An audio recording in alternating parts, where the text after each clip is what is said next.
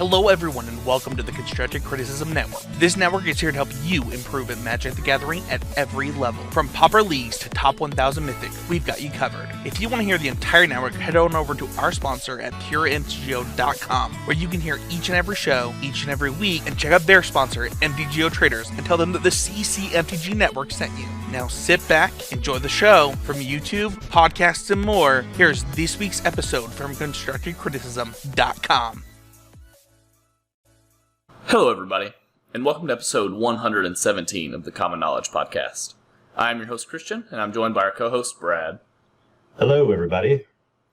Before we get too far into this episode, I just want to remind everyone that Common Knowledge and all of the podcasts on the Constructive Criticism Network are sponsored by puremtgo.com.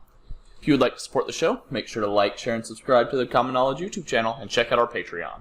With that out of the way, let's get on with the podcast for this week. Ooh. How's it going, buddy?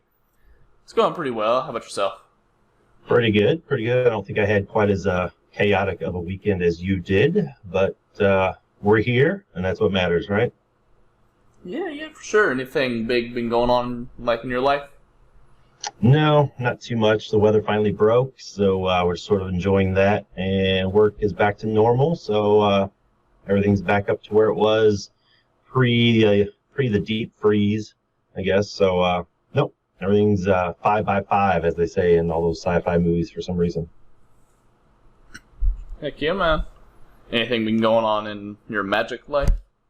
We got a few games in. I've been able to... I didn't get in any leagues. I just sort of trolled around the practice room for a while. I know that's something we were going to get into a little bit later, but I pretty much stuck on one deck all week, and no, it was a good time. I got to talk to some people I haven't seen in a while on there, a couple buddies, and I think that's about it. Really just hanging out on there, chatting, and playing a bit of Magic. What about you? Yeah, I don't know. I recently, friend of the show, and as well as owner of the Constructive Criticism Network, Spencer, and I were in a Discord call together, and he was watching me play a match with Blue-Red Fairies, and I realized how far I had to go in getting good at Magic, and especially with that deck, to the point where I've just been obsessively playing that deck. Okay. Just to get better with it and at the game in general, and really analyzing what's been going on in my games and stuff like that. So, I don't know. Whenever I interact with somebody that I view as a fair bit better than me in Magic, in the context of Magic, it always really motivates me to get better. So, thanks, Spencer. Yeah, that makes sense. Was it specifically a coaching session, or did they just sort of point out you were just playing and they're like, hey, why'd you do that? Yeah, so it was more of we were actually talking about the show a little bit. He was helping me with some editing issues I was having. Mm-hmm. And beforehand, when I joined the call, I was finishing up a match, and so he was just watching the last game from it. Oh, okay. Well, that makes sense. I didn't know if it was I need help, please hop on this phone call and help me. Or if it was just he happened to catch you playing and threw out some pointers or advice. Yeah, it was very much the second one. Yeah, but either way, improving is improving. That's kind of what we're all here for. Yep. So, the deck that you've been playing recently, what's sort of going on in it? It is one of my favorite archetypes. If you know me at all, I got a few that are my pet decks, but it is a Black-Red Sacrifice, or Rakdos Aristocrats, whatever you want to call it. I've loved the deck, the archetype forever. I was kind of a big player in the black-green version back in the day. I've tried my own Brews at a white-black sacrifice list. The black-red is just always where I end up coming back to, and it's never, for me anyway, it's never been very good, not very competitive, but friend of the show, Valaxia, over in the Discord, he posted a paper game that he played with his own version of Black-Red Sacrifice, and I liked it so much I threw it together on Goldfish, and it is probably my favorite version of that archetype to date. Yeah, so what is different about the list he was playing than normal, would you say? I was thinking about that today, actually, because I knew this would come up, obviously because it's in the show notes. But I was thinking about today, and his version, we can kind of... Let's pull up this deck list real quick here. Yeah, we'll kind of run through the deck list. And I like his version because there's no... what's the word for it? There's no downtime.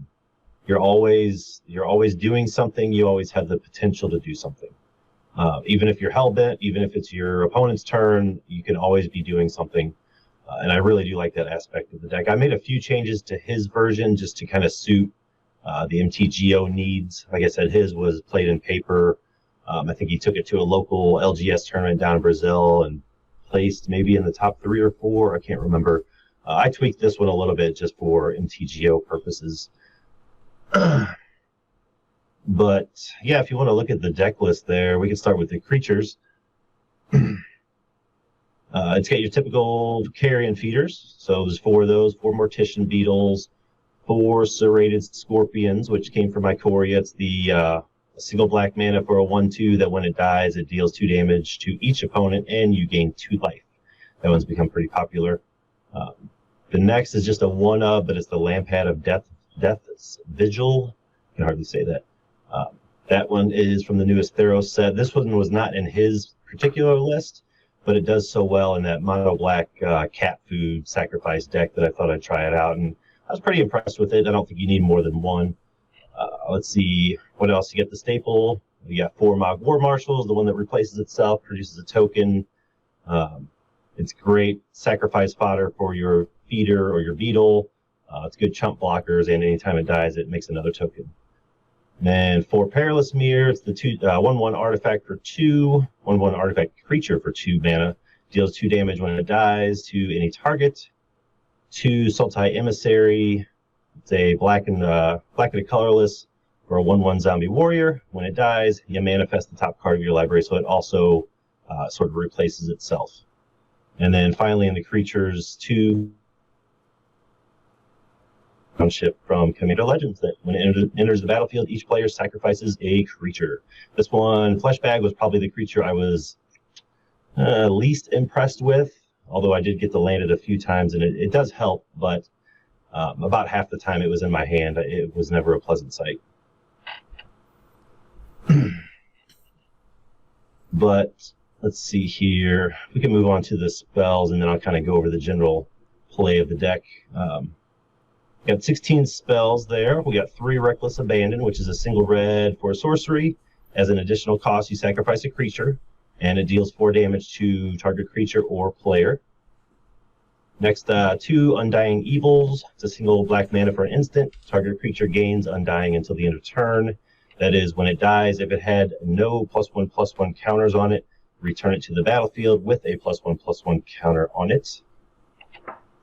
3 Unearths. 4 Village Rites, and 4 All-Stars. This was the absolute all-star of just about every match I played, or every match that I won. This was the all-star, and it's Wrangle. It's a sorcery for red and 1. You gain control of target creature with power 4 or less until the end of turn. You untap it, and it gains haste until the end of the turn. So it's pretty tight list as far as I'm concerned. As far as any other black-red version I played or tried to brew, it's a pretty straightforward list. I did mess with the mana base compared to what Valaxia had. I got 1 Ash Barrens, 1 Barren Moor, 3 Bloodfell Caves, 5 Mountain, and 5 Swamps. Okay.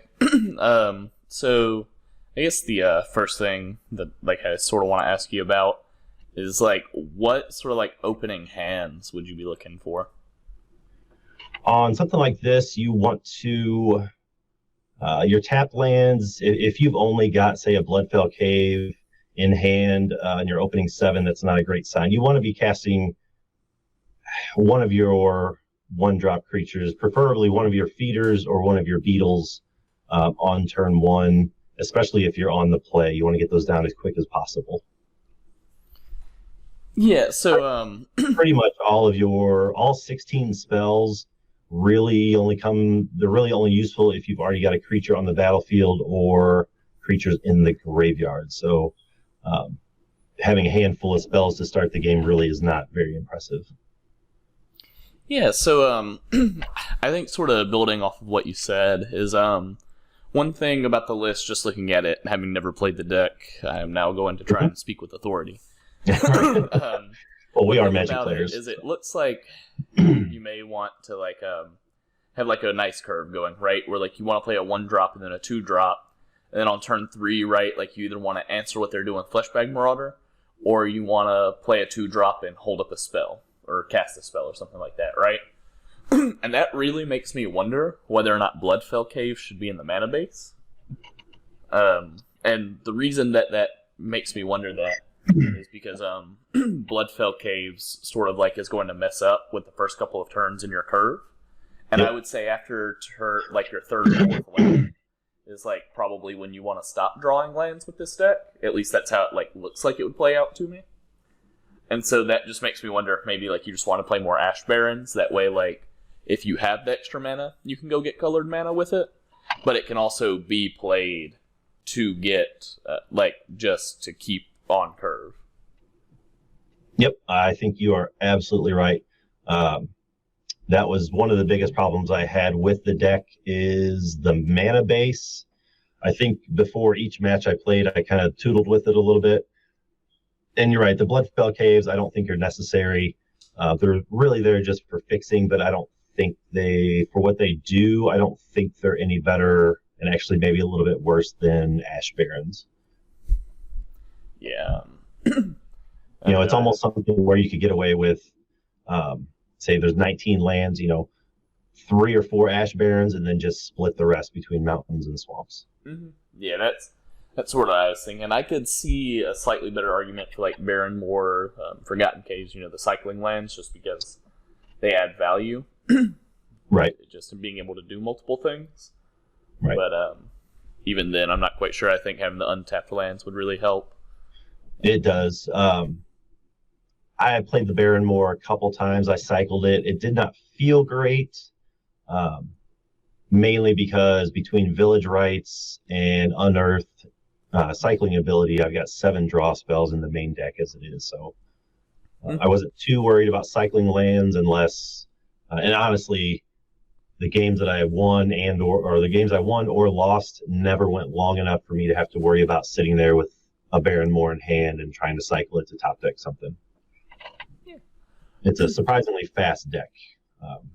And I think that's because, like I said earlier, there's always something to do.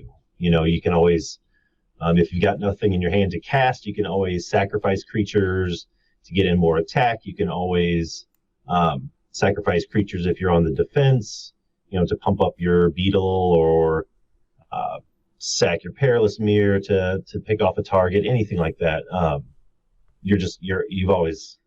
You're never bored with this deck, I guess is a good way to say it. Yeah, now that being said, you said that it's a sort of faster deck. So does that mean, does the deck prey on some of the slower decks in the format? Surprisingly, in the matches I played, I didn't see too many actual meta decks. It has trouble with creature-heavy decks. I didn't run into too many fast creature decks, too many aggro decks, but I had a little trouble with zombies, even though I did come out ahead in all 3 games, or for the 3-game set. Had a little trouble with zombies. I played a creatureless, semi-creatureless, creature light, I should say, like a mono black homebrew, it looked like, and that was a little troublesome, mainly because they had a lot of the corrupt spells where they were just constantly gaining life. And let's see, what else did I play? Elves was a problem. I wasn't nearly as fast. I just couldn't keep up, no matter what damage I was doing. And I don't think I had my sideboard really tweaked to face elves. As you can see here, there's no sweeper, there's no real anything to deal with that sort of strategy. Suffocating Fumes, but I only had 1 of them and I didn't draw it, so there goes that plan. But yeah, overall, it can win really quick. or it can grind out pretty long games. I had a few that went to turn 9, 10, 12 in that range, but like I said, most of the games were over by turns 5 to 7, 5 to 8, somewhere in that range. Yeah, well, I don't know. It definitely looks like a sweet deck to me. It's one that I am interested in trying out, especially against some of like the top meta decks, just to see maybe what it's good against, what it's bad against. Yeah, and I think where this deck sort of shines, or at least in my experience, is against creature, non-aggro decks, creature light decks. Because you can go taller than them, you can go a little bit wider. But B, like I said earlier, that Wrangle is really just an all-star. If you can, on your turn, if you've got a 4/4, a couple 4/4s out there between all the +1/+1 counters on your feeders and your beetles and whatnot, and you can wrangle one of their creatures to your side, attack with it, sacrifice it, get the pump. It's like a removal spell and additional damage for a red and one in one spell.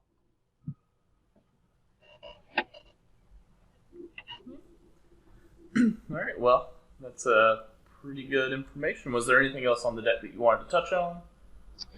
I don't think so. Not without playing it a little bit more. Like I said, I'm going to keep tweaking the mana base. I'll probably take your idea and just cut the Bloodfell Caves altogether. I'm not too worried about the sideboard right now. That's always in flux, it seems like. Let's see. The creatures I was pretty happy with. Spells, I was kind of going back and forth with the numbers of different spells, but I think that's just more of a comfort level more than anything. But other than that, no, I thought it was great. I had a blast playing it. Like I said, it's one of my favorite archetypes. So I look forward to getting it back out there. Heck yeah. Well, keep up with the grinding, my friend. Yes, sir. Well, I guess with that sort of out of the way, we can go ahead and start talking about our main topic, which is one that I'm pretty excited about. Yeah, absolutely. So we decided that we just wanted to talk about basically the most recent challenge we thought had interesting decks in it. And we just wanted to talk about those decks some. Yeah, the metas look quite different lately. So, I think we've agreed on the idea of just talking about some of the challenge decks and what we're seeing and some of the different tech out there and all that sort of thing. Yeah, so kick things off on the most recent Sunday's challenge. It was taken down by a deck that I think if you had to have a favorite deck that was sort of constantly in the meta, this one would probably be yours. I could be wrong, Mm-hmm. but it was taken down by elves. Yeah, this is sort of a blast from the past. You see elves show up every now and then, but you definitely don't see them take down a challenge. It's very, very cool.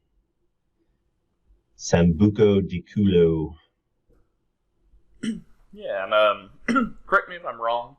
It didn't look like there was anything super crazy going on with the list. It was mostly stock. They were playing Jaspera Sentinel, which I think is a newer one.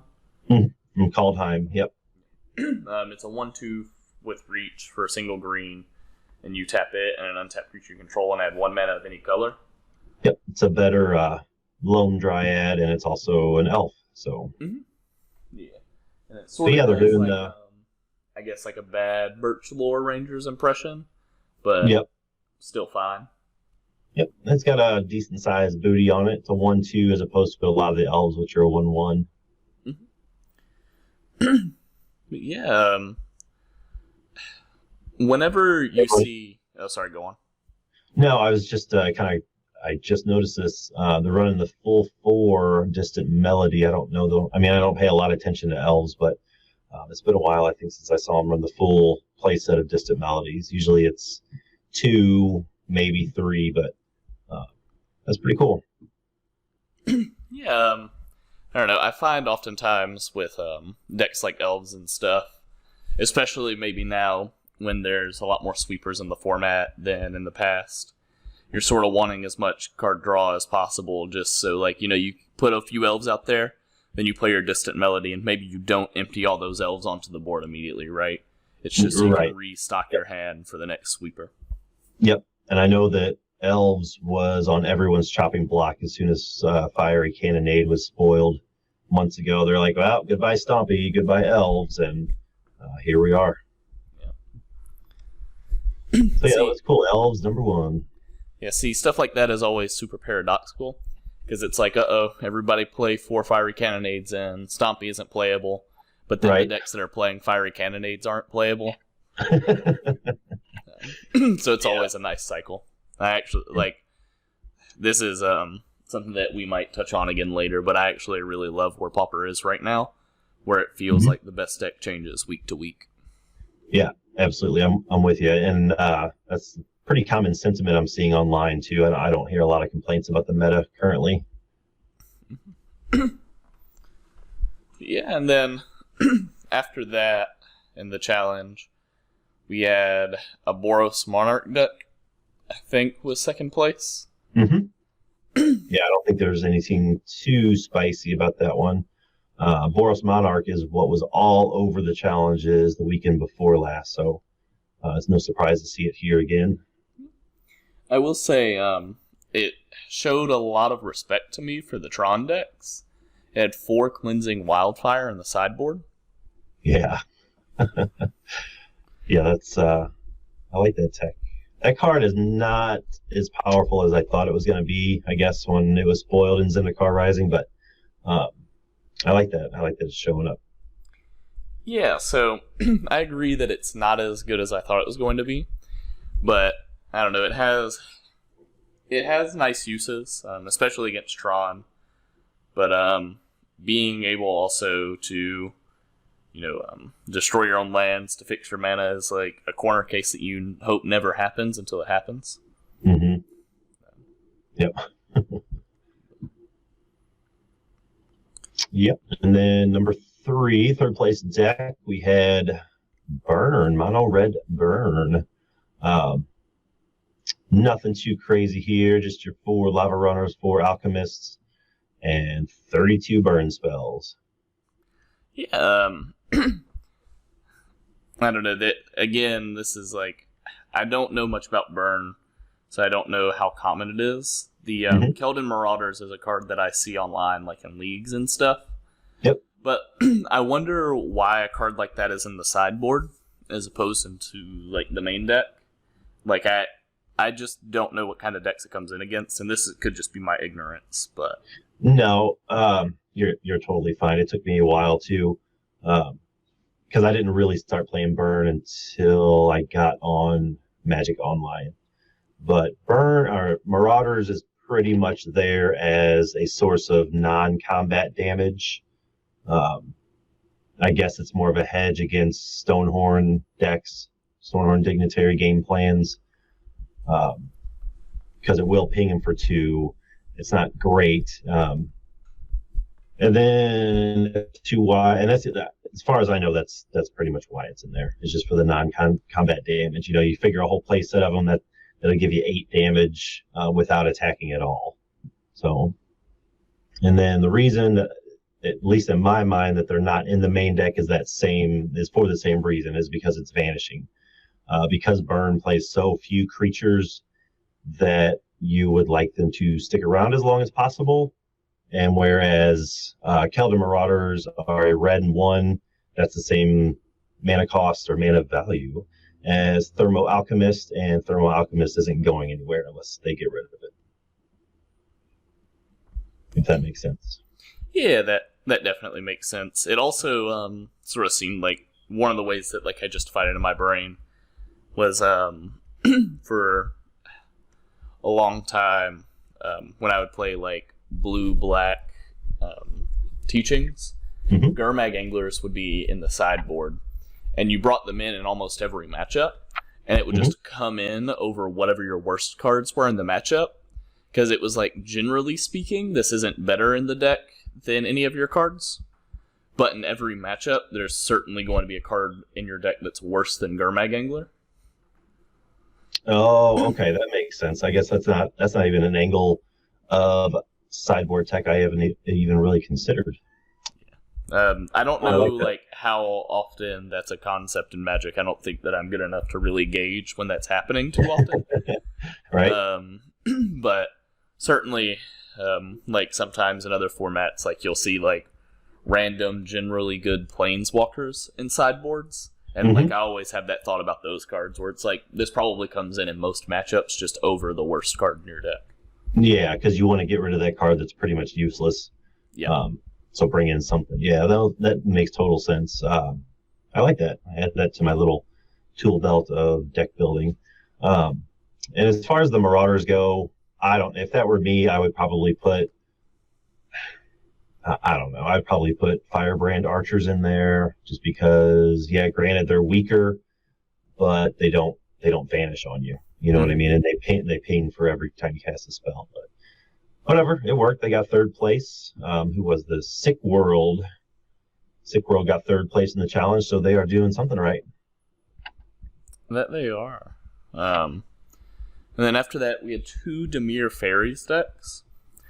And there were a few differences between them, but, mostly the same kind of idea, where it's like, get an early board presence, mid-game, sort of control the board, what your opponent's doing, and then late game, drop a Gurmag Angler, or an Okubogang Shinobi, or grind out advantage with a Ninja of the Deep Hours, and just ride it to victory. Just beat face. Yep. Control the board and beat face. 2, I guess I didn't look at the first of the 2. Let's see here. Yeah, they're both running 2 Behold the Multiverse, so that seems to be a card that's working out for everybody. I still have yet to play that specific card. I played a lot with Kaldheim, but not with that one yet. Yeah, and then after that, we sort of get back into Elves.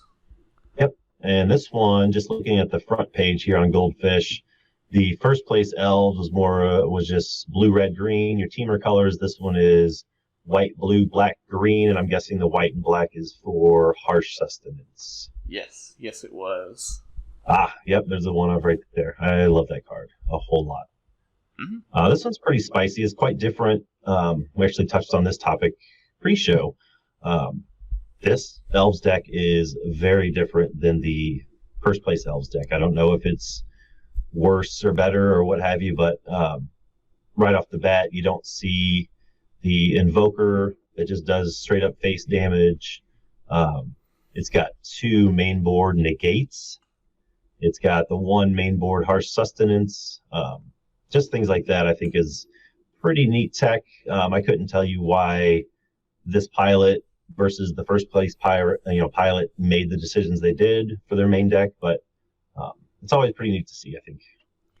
Yeah, so I don't know, you and I talked about this, where in Pauper a lot of times, I'm incapable of figuring out why people made certain card decisions. Right. Where, like, whenever somebody's like, hey, in your Blue-Red Fairies deck, why are you playing 1 Azure Fleet Admiral over, like, the 4th Fairy Seer or another counterspell or whatever? And it's like, oftentimes, it's like, I don't know, man. The person that won the challenge last week played it, so I'm going to play it too. Yep. Like, it says Monarch, so I'm going to play it. Yeah, and it's like, certainly I could theorize reasons and situations where this card is better than the other, but overall, I don't know which card is better. Right, same here. And in this Elves deck that we're looking at, it has 2 Ivy Lane Denizen. I'm not sure if the first place deck had any at all. It's an interesting choice. It's a great card. I just, you know what I mean? Like, why did this player want to run Ivy Lane Denizen and the first place player wanted to run the Invoker? Maybe that's just what they like to do. Maybe they saw something different in their eyes based on their testing. Yeah, it's those questions like that, like you said, that I am not good enough to figure out or answer on my own. Yeah, but then, like, you also have to go, if 2 lists can look so different, and the meat of the deck, top 8 not once but twice, what was going on in this particular event that made it to where these 2 Elves decks that look like they play somewhat differently both, like, make it? You know what I mean? Both made it in the top 10. Yeah, I would love to be able to dissect that or figure that out. I don't know if there are avenues for that sort of data, but I would love to see like what their matchups were, what their records were in each matchup, from the beginning of the challenge to the end, not just the top 8 or top 4 or whatever. Yeah. I don't know, this is why, and I really believe this, it's a joke that I saw running around Twitter for a while, that like most Magic players are also content creators of some sort. Uh-huh. And I wish the like sentiment behind that joke, I wish the literal joke was more true. Just like if every Magic player was a content creator, Magic would be much easier to figure out. Yeah, I agree. Every time I see an interesting deck 5-0 or show up in the top 8 or what have you, like I've put it on Twitter before, like who is, or does anybody know whoever, MTGO nickname, fill in the blank. Does anybody know this person? I want to ask him some questions. Like I'm always trying to find that person, like, and yeah, it's to answer those, like, why did you do this? Why don't you like this card that the other Elves deck likes? That sort of thing. Yeah. But yeah, that's, I didn't even look at the Elves sideboard for first place, but this one seems pretty heavily geared against board wipes in red for the most part, 2 blue elemental blast, 3 spider silk armor. It could be anti-cannonade tech, that sort of thing, 2 crimson acolyte, protection from red, etc., etc. Yeah, and then it's like, you have all that's like anti-red and anti-board wipe, and then you still have the negates in the main deck. Mm-hmm. Like, to me, this one sort of reads like, I'm not going to lose to Fiery Cannonade. Yeah, no matter what I do, I'm not losing to that card. Yep. Yeah. And I know we sort of glazed over it, but a lot of people might not be familiar with Harsh Sustenance. It came out in Fate Reforged, I believe. It is a black, a white, and 1 colorless. It's an instant where Harsh Sustenance deals X damage to target creature or player, and you gain X life, where X is the number of creatures you control. And in Elves, that could be a 60-point life swing if your board's big enough. I mean, that's a huge, huge spell sometimes. Yeah, and it's just one of my favorite spells of all time because it cares about how many creatures you have. It's life gain. I just love life gain for some reason. And it has that drain effect, which is just kind of the icing on the cake for me. I don't know. I think most Magic players really like life gain. Most of the ones that I've met love life gain. I do. I love it. Yeah, and Harsh Sustenance is a sweet card. Yep, for sure. Where are we? Number 6? What do we got in 7th place there, Mr. Man? We had a Walls combo. Jund Walls. Jund Walls. That is fantastic. So I said it was Jund Walls, but really the black is just for Bloodright Invoker. Ah, yes. Yeah. The other Invoker. Yeah. Yep, the other one was 3 damage to any target, I believe, and the Bloodright Invoker is target player loses 3 life and you gain 3 life. Yeah.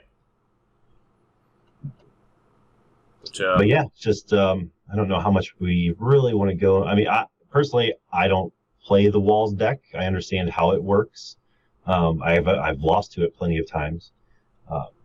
Wait, you understand how this deck works? Yeah, I understand it from sitting across the table or sitting across the screen from it. I know that it puts down early creatures, makes big mana, and I die. I wish I could be good enough to understand this deck. It just generates an absurd amount of mana to where it can start cascading with Boarding Party on turn 3 or 4. It can start cascading with the Annoyed Dinosaur on turn 5. It can get Crushers down as early as turn 4 or 5. It's just crazy. It's just big, fatty tribal. Yeah. Yeah, and then I don't know. Unfortunately, I don't know too much about this archetype, even though I play against it a fair bit. I just basically, a lot of the decks that I play a lot of spot removal, and they're typically tempo decks. So it's like my game plan against this is spot removal their little things, get my board presence, and counterspell their big things. Yep. And like I said, I'm working on trying to understand matchups better right now in Magic. Mhm. But until I get to that point, I'm not really sure I'll be able to really speak much on walls. No, I'm the same here. I understand kind of how they work, but yeah, that's really about it. It's more of just a superficial knowledge. Yeah.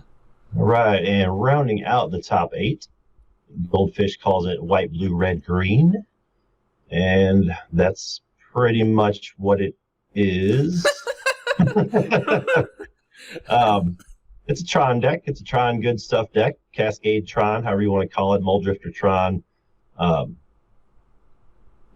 Mnemonic walls, Muldrifters, boarding parties, all the all the good Cascade beasts, Crusher.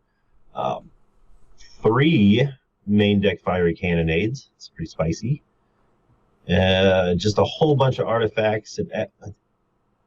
This, I can honestly say, this is the first time I've seen signets show up in the top 8 of a challenge in I don't know how long. But it's running 1 Gruul signet, 2 Izzet signets, 1 Simic signet, a full play set of Bomber's Ornament, which will cost you about 7,000 ticks right now. And then just a whole pile of good lands, Cave of Temptation, Haunted Fengraf, some gain lands, and then your whole Tron land suite. Yeah, so one of the things that's immediately interesting to me about this deck is, like, not only is it not your normal Tron deck, but also looking at it, I think, like, let's say that the Urza land just didn't exist. Let's say that we lived in heaven, right? Mm-hmm. I'm there with you. Like, this deck still looks like it has legs, right? Like, maybe it plays a few more signets, probably plays more forest in name, and a way to untap or ramp through those forests, right? Uh-huh. And, like, it looks a lot like the Teamer ramp decks if that happens, but it looks like it plays differently. Yeah, I agree. I actually kind of like that idea, too, to sort of ruin a Teamer, Cascade, good stuff value list. I like that. Yeah, signets are spicy. I like that a lot. The ornaments, everything is either removal or card advantage. That's where it gets its strength from. The full 4 Ancient Stirrings, 2 crop rotations, that sort of thing. I am interested in the Circles of Protection white. What are you scared of that's in white right now? And that's an honest question, not like a meme or anything. So, whenever I think about it, so Circle of Protection white is probably just a sideboard concession to the challenges from the week before, where you saw a lot of red-white decks that were playing mostly white creatures, right? And tokens and all that, okay. Mm-hmm. Yeah, and I guess if you get your Tron lands online, you can activate Yeah, you can just activate times in a turn if they've got 6 or 8 creatures coming at you. Yeah. Now, that Okay. being said, like... Oh, sorry, go on. No, I was just saying that makes total sense. That being said, how necessary it is I'm not really sure. Because, like, you're playing all the Cannonade, you're playing a healthy amount of life gain and 3 Pulse of Marasas. You're going to have a good board presence of your own, honestly, once you get to start cascading into your cool stuff. Sure. And you've got your 3 Weather the Storm in the sideboard, so that's even more life gain. Yeah. Oh, yep. It's an interesting choice. I was half surprised that it was Protection white, and then the other half was that there was actually 2 of them. Mm-hmm. But it's fun. It just kind of shows you that Tron does not always have to be Flicker shenanigans and Stonehorn Dignitaries and Denrova Horrors and all that nonsense. You can just make a good, fun Tron pile and run it through a challenge. He went 5-0. Little Darwin went 5-0 with the deck. Yeah. I don't know. The deck is sweet. That's a big agree of mine from Tron. Doesn't have to look like Tron is now. Mm-hmm. Recently, I played against like Fengraf Marauder, I think is the card. It's the green card that whenever an artifact enters your graveyard, you gain life. I don't know the card's name, though. Yeah. Fengraf Marauder. Yeah, Fengraf Marauder. I played against that Tron deck with like self-assemblers and stuff like that in a league. And that was like a really interesting build. Yep. Yeah, I've always wanted to put one together like that in paper. I've always been a fan of Fangraph Marauder. I don't know. And whenever I see Tron decks like this, it makes me appreciate Tron a lot more. And like, honestly, like I understand like the issues that people have with the other Tron deck, even though I think it's totally fine in the format now. But like that, like seeing Tron decks like this reaffirms to me that if anything is a problem in the other deck, it's probably the flicker effects. Oh yeah, absolutely. What is interesting is, last weekend in the challenges, we had all these Boros decks and all their tokens and their Rally the Peasants. And this weekend, obviously, we had the elves and more Boros and more elves. But there's not, let's see here. And not until you get to 11th place as a Tron deck running one Stonehorn Dignitary. I think after last weekend, that would have been my first choice, if that makes sense. Last weekend's challenges looked a little aggressive for my taste if I was a Tron player, so Stonehorn would have been one of my first includes, I think. Yeah, so I definitely agree. That being said, these guys are playing, like, this Tron deck still, I think, has concessions made. Where, it's playing the main deck, Fiery Cannonade. It's playing Rolling Thunder, which is also can be a board wipe. It's playing a lot of Moments Piece and stuff like that. Defined with Mystical's Teachings. It's playing the full 4 Impulse. So I think there are still concessions made to that. We're going to find ways to, make you miss combat or mess with your creatures or whatever. And it looks like Stonehorn Dignitary is more just to lock them out of winning the game as like the win condition, But it does look like they made concessions other places in the deck list. Okay, yeah, that makes sense. I had not thought about it that deep. But did you want to go further than the top 8, or are you pretty happy with that? I'm pretty happy with the top 8. I did want to say one other thing is Songs of the Damned combo making it to 9th place. Yep, they cracked the top 10. Yeah, that's very cool. I'm not a huge fan of combo decks. I do like this one. I think I probably dislike it because it's pauper, but I don't find myself ever playing it. But kudos, it is a very cool deck. It's miserable to lose to, but it's fun to watch, and I assume it's just as fun to play. Yeah, I don't know. It's a deck that, from all the chatter that I've been seeing online, it's been picking up in popularity since this. One of the things that I think holds this deck back is the insane cost of Lotus Petal. Yeah. On MTGO, the full play set will run you about 77 tickets, and in paper, those same 4 will run you about $45. Yeah, it's I don't know.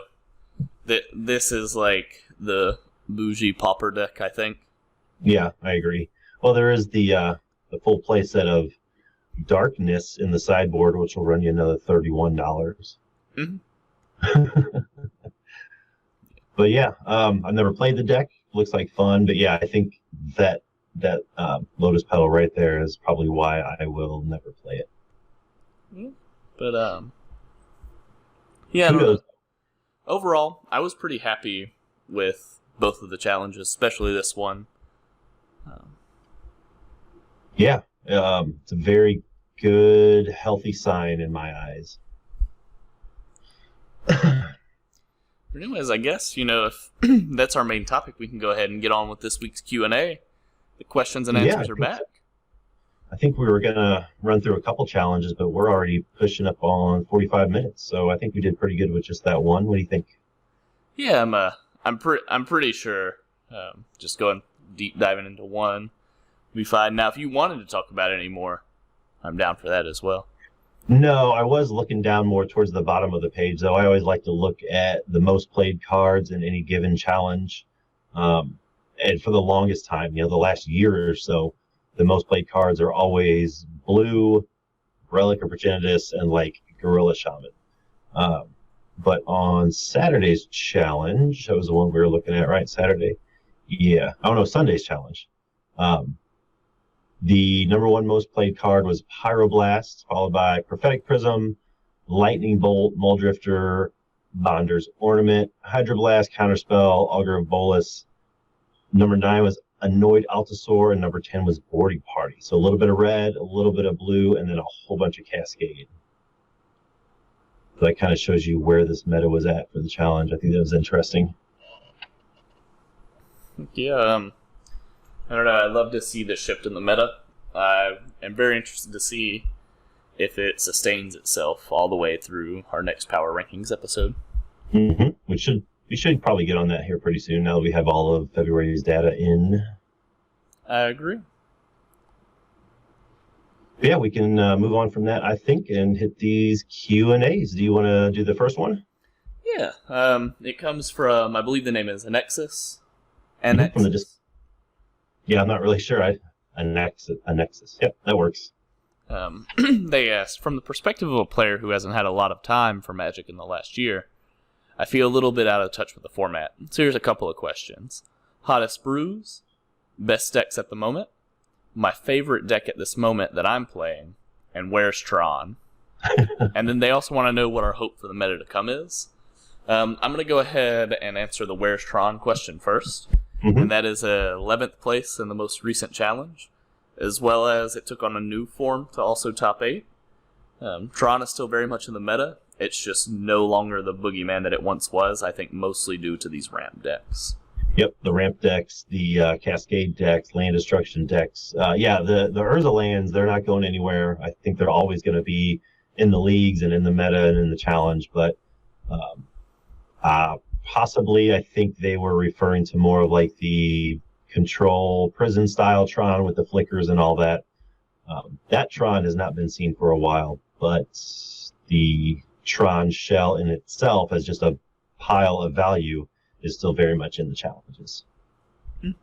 Very much so. And then, to answer the other questions, hottest brews. Mm-hmm. For me, usually the hottest brew is whatever brew Brad is tweeting about. That's usually where I get my itch from. Best decks at the moment.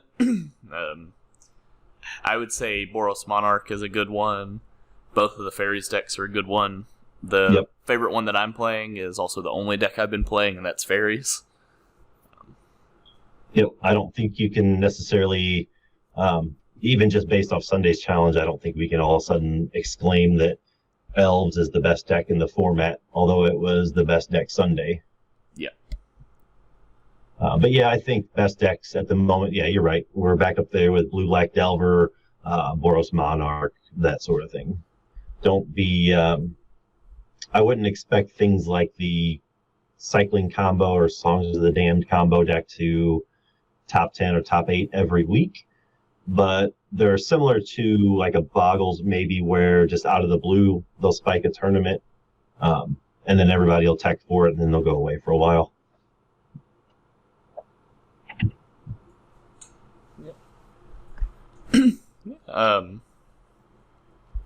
Anyways, did you want to grab the next one?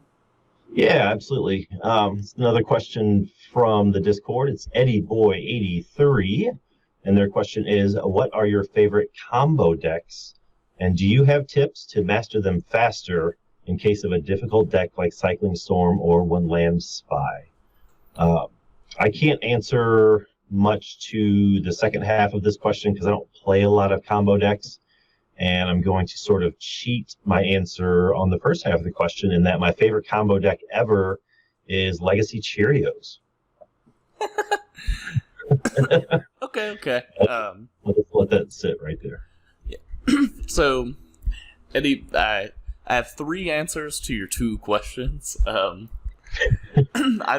think the first thing that I want to say is the best way to start mastering really difficult decks is to realize that all decks in Magic are really difficult. Once you sort of go into that mindset, I think you start, getting away from the idea of, my opponent got lucky and stuff like that, which really allows you to analyze why they make the decisions that they make, which is going to help you figure out what decisions you need to make. Mm-hmm. And I think something... go ahead.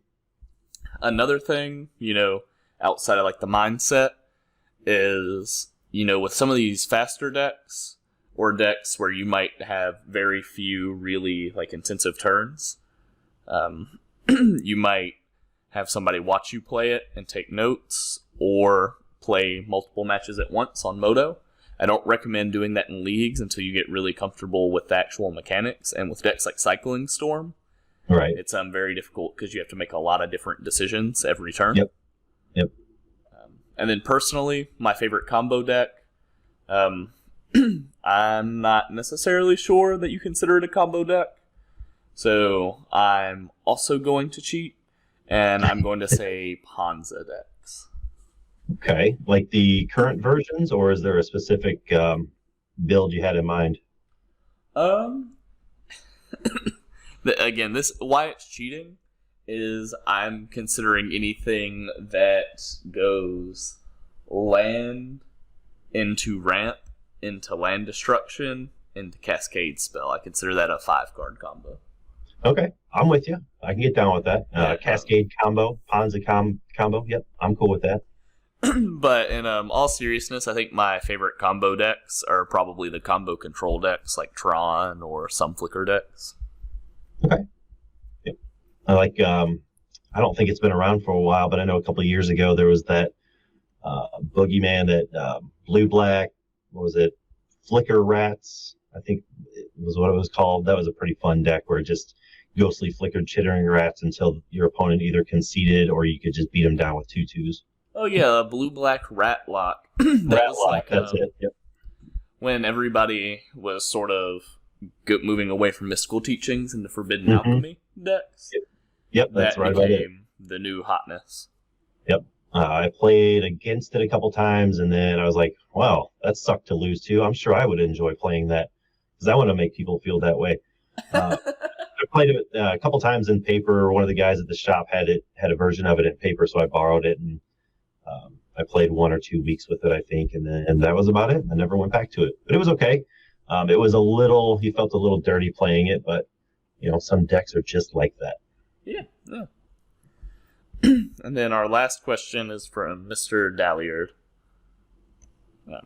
They said, given Jun's recent top 8 result, can you see it and other shard decks like Sultai or Temur, powered by Bonder's Ornament, posting results like that consistently and perhaps even taking down a challenge?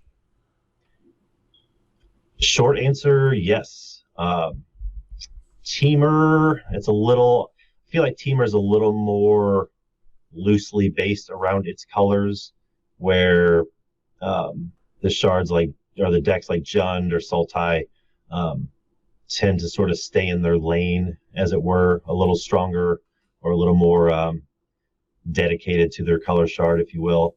I know I'm sort of all over the place, but Temur, not so much, although we did just see one in the challenge we were talking about. But the Sultai list, yes, there's a heavy grinder on Twitter, Zimplify. I believe he is not good. That's his nickname on NTGO. Not good. Capital N, capital G. When the Jund-Tron deck started doing really well, he brewed up a Sultai version that kind of used the same core, the Bonder's Ornaments and that sort of thing, the Cascade spells. And I think for a while there, he was 5-0ing leagues. I don't know if he ever took it into a challenge or not, but I could definitely see his version, that Sultai version, doing something pretty successful, just like the Jund deck.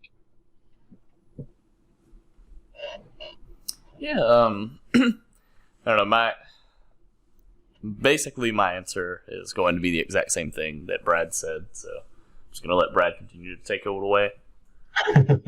Yeah, that was pretty much all I had. I would love it if Temur became a little more solidified. I feel like every time I see a Temur deck or a Temur brew, it's sort of just a pile of value that happens to be in those colors, if that makes sense. Yeah, definitely. It's like, normally it's like there's a ramp shell that's playing Mole Drifters, or Right. there's a blue-red deck that's playing green Cascade cards, or whatever. And I feel the exact same way about Esper, and not just in Pauper, but a lot of formats. I feel like Esper is just a weakened a watered down Dimir deck that throws in protection and flyers. I don't know. But yeah, anyway. Yeah, Sultai, I like the potential of Sultai, and obviously I love what Jun's been doing. Yeah. I definitely agree. But I guess that's going to do it for this episode of Common Knowledge. I think you are correct. If you want to get in touch with us, you can find me on Twitter at JustGuyDad. And Brad, where can they find you? I am at pauper_B on Twitter or Brad DrakV on MTGO. You guys can also shoot us an email over at commonknowledgemtg@gmail.com if you have any questions on the pauper format, MTGO, or anything like that. Another way to get in contact with us is to just comment down below. Thanks again to our sponsor, PureMTGO.com, as well as the Constructive Criticism Network for letting us be a part of it. And last, certainly not least, thank you for listening. Take very good care of each other. And the meta is wide open, so never stop brewing.